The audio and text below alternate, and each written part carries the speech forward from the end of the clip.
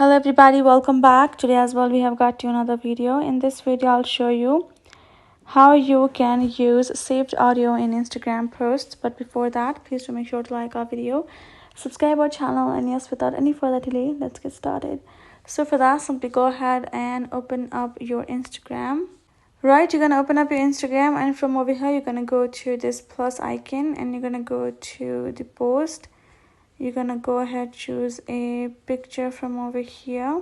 You're gonna go to next, and I'm gonna go to next again, and now it comes for the music. Go to the add music section. Then you will have this little saved icon right over here. Go over here and you can see the original audio that I have saved over here and the music that are saved. I'm gonna choose the one that I would prefer. Right, once I've added the music, I'm going to tap on done on top right corner, and there you go, my music has been added.